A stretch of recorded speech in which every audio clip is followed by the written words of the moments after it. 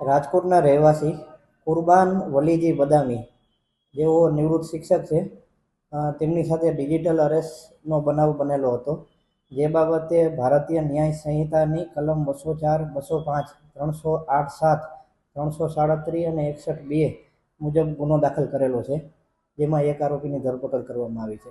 ફરિયાદી સાથે digital arrest કરીને તેમની સાથે 1,14,00,000ની છેતરપિંડી થયેલી છે. ફરિયાદીને એક ફોન આવે છે કે જીઓ કંપનીમાંથી બોલું છું અને તમારા નંબર હમણાં 2 કલાકમાં બંધ થઈ જશે.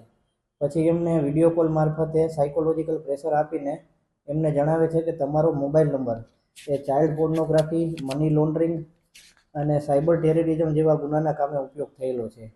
આ રીતે એમની ઉપર સાયકોલોજીકલ પ્રેશર બનાવીને વિડીયો કોલથી સતત વાતચીત કર્યા કરે છે અને થોડા સમય બાદ એમને જણાવે છે કે તમારા આધાર કાર્ડ ઉપર ઘણા બધા સિમ કાર્ડ નીકળેલા છે અને એની સાથે ઘણા બધા એકાઉન્ટ ખુલેલા છે, જેનો મની લોન્ડરિંગ અને સાયબર ટેરરિઝમ માટે ઉપયોગ થયેલો છે.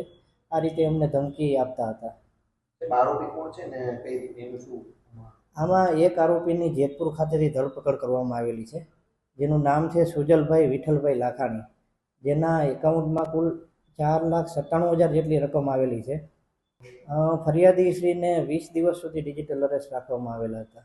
આરોપીએ પોતાનું બેંક એકાઉન્ટ એ કમિશન માટે ભાડે આપેલું હતું, જેના ખાતામાં ફ્રોડની રકમ આવેલી હતી અને પોતે આ રકમ વિડ્રો કરીને આગળ ટ્રાન્સફર કરેલી. આ પ્રાથમિક તપાસમાં હરિયાણા, ઉત્તર પ્રદેશ, રાજસ્થાન, મહારાષ્ટ્ર અને ગુજરાતમાં આના તાર જોડાયેલા છે.